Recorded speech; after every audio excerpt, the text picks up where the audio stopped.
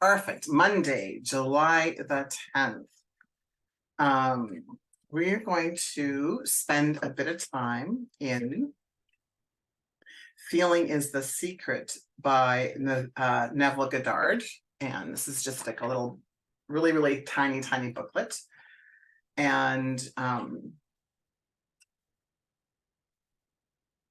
again, being directed to use different words, same kind of concept, right? So not really necessarily finding out or experiencing any new information, but perhaps a different way to integrate it and implement it.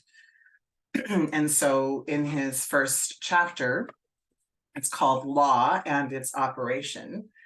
And he says, the world and all within it is man's conditioned consciousness objectified. Consciousness is the cause as well as the substance of the entire world.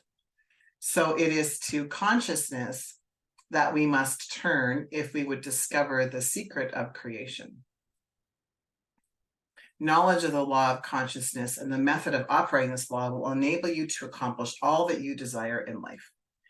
Consciousness is the one and only reality, not figuratively, but actually. This reality may, for the sake of clarity, be likened unto a stream, which is divided into two parts, the conscious and the subconscious. In order to intelligently operate the law of consciousness, it is necessary to understand the relationship between the conscious and the subconscious. The conscious is personal and selective. The subconscious is impersonal and non-selective. The conscious is the realm of the effect. The subconscious is the realm of cause. These two aspects are the male and female divisions of consciousness.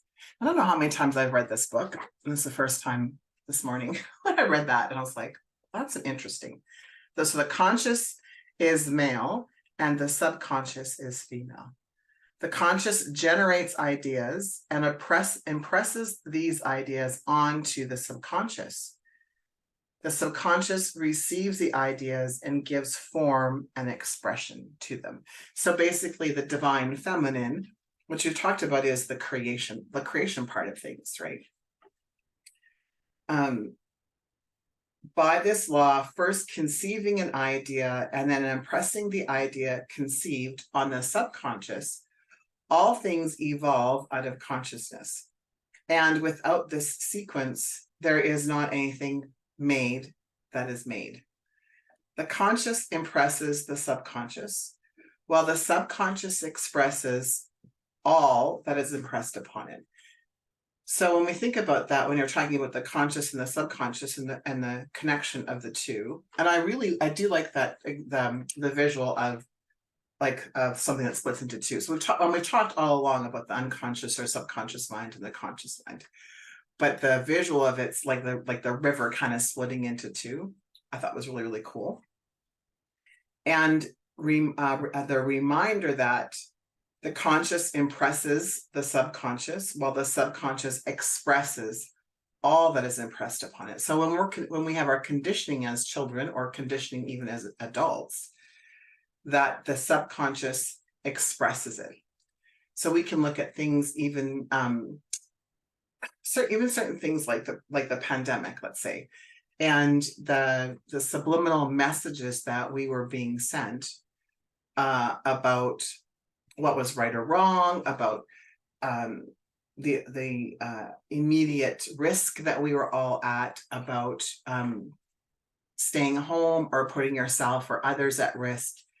All was very subliminal in that conditioning, but it was impressed upon us. So conscious thoughts impressed upon the subconscious, then the subconscious is the creation of the manifestation. It's expression of all that is impressed upon it. The subconscious does not originate ideas, but accepts as true those which the conscious mind feels to be true. So that's also important, is that our subconscious mind can't be impressed upon unless we feel it to be true. And that can be, so a couple things can happen. As children, right? Before the age of 7, our unconscious, like our subconscious mind, we just accept everything as truth until we're able to reason. And so we can have a lot of conditioning or programming from children that we might not even know that we're still carrying around as an adult, until we go to manifesting and create something that's different than what we're currently manifesting or creating. And so it will be butting up against, right, the subconscious mind that had impressions upon it up until the age of 7. After the age of 7, then we can start to reason. So we can start to reject some of the things that we hear, but often we don't reject any of those things as young children, especially if they come from our parents or teachers or guardian or someone who's a position of authority, until we get to a certain age. And then for some people that age, then they'll start to question authority. And depending on their conditioning, which will depend on the parents' conditioning, will depend on what happens with that, right?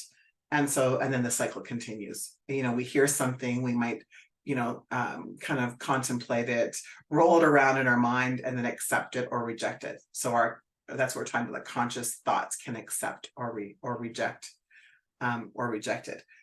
And then, but we still have this subconscious, this conditioning that we're working with.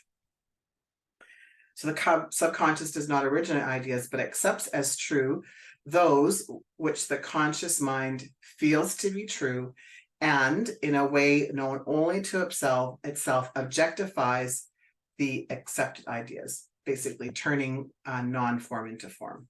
Therefore, through his power to imagine and feel, and his freedom to choose the idea he will entertain, man has control over creation. Control of the subconscious is accomplished through control of your ideas and feelings. And so one of the things that Neville Goddard does, not differently, but I think really emphasizes a lot, is the feeling behind the imagination. So lots of people from this era are talking about just visualize, imagine. He's like, it's the feeling that goes along. It's the feeling that is the source of power behind the imagining. The mechanism of creation is hidden in the very depth of the subconscious, basically the female aspect or womb of creation. The subconscious transcends reason and is independent of induction. So it contemplates a feeling as a fact existing within itself, and on this assumption proceeds to give expression to it. The creative process begins with an idea, and its cycle runs its course as a feeling and then ends in a volition to act. So it's what he's saying is that it's the feelings then that we're responding to or reacting to that have us act in a certain way. And ideas then are impressed on the subconscious through the medium of feeling. So we look at something we've been talking about, like Genevieve Behrend or even Raymond Hollywell. They all talk about the visualization, the imagination, the creativity, the fantasy. Goddard is saying that we create through the medium of the feelings. No idea can be impressed on the subconscious until it is felt. But once felt, be it good, bad, or indifferent, it must be expressed. Feeling is the one and only medium through which ideas are conveyed to the subconscious. So that's why when we feel, well, shitty, right? And so we're impressing upon those feelings of feeling shitty. We can start that I call it my spin cycle, right? Where it's like, I think about this thing, it makes me feel bad. I feel bad, I think about this thing. And so what Goddard is saying is that because we have the intellect, we can use our intellect to look at the situation differently, imagine it differently, and then create a different feeling. And not have our emotions, but more so our feelings, have them direct the ship. We are the captain of the ship. And we can use feelings to our advantage, but it also can be a disadvantage. So feelings must be expressed. It's the only, feelings is the one and only medium through which ideas are conveyed to the subconscious. Therefore, the man who does not control his feelings may easily impress the subconscious with undesirable states. By the control of feeling is not meant restraint or suppression of your feeling, but rather the disciplining of self to imagine and entertain only such feelings that contribute to your happiness. And so, in the moments where you're not feeling the feeling that you want to feel, right? It's a learned behavior to stop that feeling and change your state. Often we need to do something physiological, like that's one quick way to change the state, meaning deep breath work, meditation, some sort of movement. You want a hit of dopamine or serotonin, right? That kind of thing. And so it's to change your state, right? It's to interrupt your pattern, basically. So in neuro-linguistic program, we call it a pattern interrupt. We're wanting to interrupt the pattern, the thought pattern that we have, the spin cycle that we have, the A plus B equals C. We want to, it's necessary to change that. And so what I've been, me personally, making note of, when I'm feeling less than stellar, I'll pause and go, okay, if I want to feel less than stellar, I can't ask the condition to change, right? I can't ask the thing to change because it's created. It's already in its reality. If I want a new reality, then I must change the way I feel about it. I feel about the circumstance, or I feel about myself, or I feel about the belief. So yes, I need to change the belief, but remember, it's all connected. The emotion, the feeling is also attached to the belief. What comes first, the chicken or the egg? And so it's really about changing the way that we feel by controlling our feelings. Control of your feeling is all important to a full and happy life. Never entertain an undesirable feeling, nor think sympathetically about wrong in any shape or form. Do not dwell on the imperfection of yourself or others. To do so is to impress the subconscious with these limitations. What you do not want done unto you, do not feel that it is done unto you or another. This is the whole law of a full and happy life. Everything else is commentary. Every feeling makes a subconscious impression, and unless it's counteracted by a more powerful feeling of an opposite nature, it must be expressed. The dominant of two feelings is the one expressed. I am healthy is a stronger feeling than I will be healthy. To feel I will be is to confess that you're not. I am is stronger than I am not. What you feel you are always dominates what you feel you would like to be. Therefore, to be realized, the wish must be felt as a state that is, rather than a state that is not. And so this can be difficult in the reality of life when we're having an experience.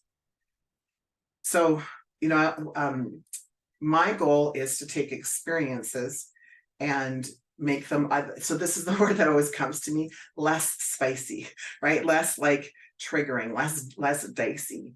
And then if I'm not able to do that, then to take a look at what is the limiting beliefs behind it, what is the conditioning, what loophole am I? And so then it can be about contemplation, and then who do I need to be and how do I need to show up differently, right? So an example, just in my own personal life would be, with my dad, like there was not a moment that I had fear. I had sadness or concern that we might lose him, but I wasn't afraid, right? I wasn't afraid that we were going to lose him. I was, and I wasn't, it was interesting because someone said to me the other day, well, eventually you'll feel it and you're going to crash. I thought, well, that's an interesting statement, meaning like I'm suppressing, and it was someone that I knew quite well. And I said, I'm not suppressing or repressing. any feelings about what happened. I'm grateful that Dad was in the hospital when in a recovery room when he had his heart attack. I'm grateful for all the things. And I won't, I don't expect to have that. I didn't say I won't, I don't expect to have that. Right. And so what I've been doing is in kind of looking at and saying, okay, this is how I'm showing up in this situation. Then if I have a situation in my life that I'm not showing up the same way, what I've been doing is like, what's the difference? Like, so what, if I'm behaving in a way that is not conducive to me living an epic life, I'm looking at that and going, the common denominator is me, right? So whether I'm in relationship with my dad, or I'm in relationship with Rob, or relationship with my kids, or whatever, my relationship with my ex-husband, the common denominator is me. So why do I show up differently with those people in that scenario? So what belief do I have running with my kids? What belief do I have running with my dad? What belief do I have running with Darcy? What belief do I have running with Rob? What feeling do I have about the experience? Right. So it's like literally pulling it apart and kind of looking at it and contemplating it. Right. Because we are that common denominator. So if we're able to show up one way, so if I can be a really powerful, empowered woman in my relationship with my dad, that I have access to that same woman to be in relationship with my ex and with Rob. Right. And I know I show up differently in my relationships with men. And so it's like, so what about me, right? What feeling do I have about myself? What beliefs, both empowering and limiting, am I playing out in my relationship, with a man that's different than my relationship with my kids, or my relationship with my friends, or my relationship with all of you? Because now I have something to, and so comparison in terms of like the universal law of relativity, right? To discern, I can show up this way here, I can show up this way here. I am the common denominator. So how can I pull that? How can I show up a certain way in certain relationships? And what about me? What's the truth in versus why? What's the truth and why? What's the truth and why I'm showing up differently in different relationships with men in comparison to how I show up in other relationships, right? And so we can be exposed, that's the word that's coming to me, exposed to the truth if we're willing to see it, right? So be in awareness, we're willing to see it, accept it, and then ask for guidance to be different, right? To show up differently. And then we will be guided to either do something or show up differently, or again, it's that inspired action piece. And so Godard is saying, so we'll go back to the teaching, Godard is saying it all starts with how we're feeling. Right now, as an empath, it's so important that when you're tapping, you wake up and you might be feeling off one day. That's why it's so important. It's like, is this mine, or does this belong to somebody else? And if it belongs to somebody else, for some of you, it might be important to like, do I need to know who it belongs to? Right? Or can I just like let it go and go on with my day? And then when we're triggered by certain individuals, we can ask, what feeling, so we'll go back to this, what feeling is going on within me? So my mom used to say, what's going on behind your belly button, right? What's going on behind your belly button in that particular situation? And how can you change that feeling? You might need to take a different action, right? You might need to show up differently. You might need to do something different so that you can be, I guess, what it is that you desire. Every feeling makes a subconscious impression. Sensation precedes manifestation. I love that. Sensation precedes manifestation. and is the foundation upon which all manifestation rests. So be aware of your moods and feelings, for there's an unbroken connection between your feelings and your visible world. Your body is an emotional filter and bears the unmistakable marks of your prevalent emotions. Right? Emotional disturbances, especially suppressed emotions, are the causes of all dis-ease. Right? So then he talks a little bit about disease. Think feelingly only of the state you desire to realize. All changes of expression are brought about through a change of feeling. A change of feeling is a change of destiny. All creation occurs in the domain of the subconscious.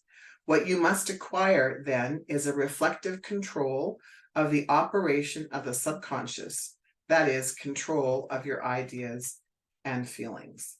And I think one of the challenges that we have is that we are allowing, is that the word we're going to use? Yeah. Allowing our feelings to dominate our world as if we don't have any control of them. Because we have been conditioned that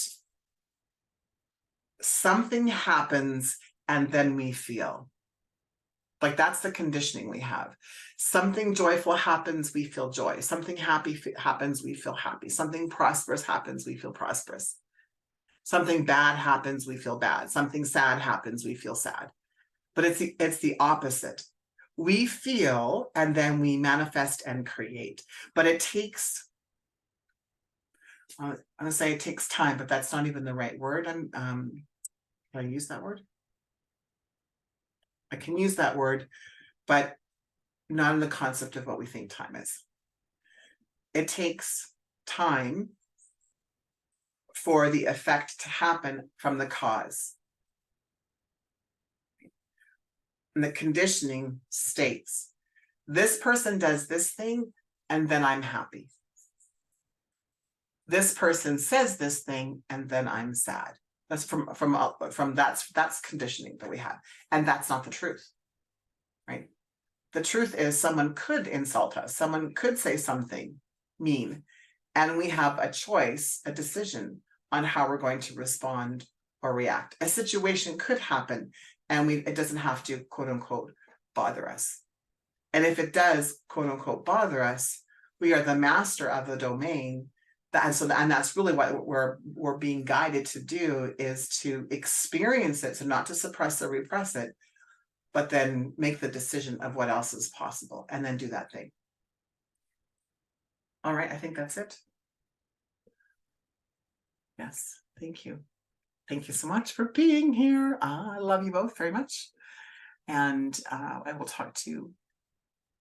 Well, I'll talk to you tomorrow morning as well. I'll be on the road. I'll be in Sicamous at my sister's tomorrow morning. I know, right? So I'm working from Sicamous. She has a funny story here. I'll stop the recording because this is not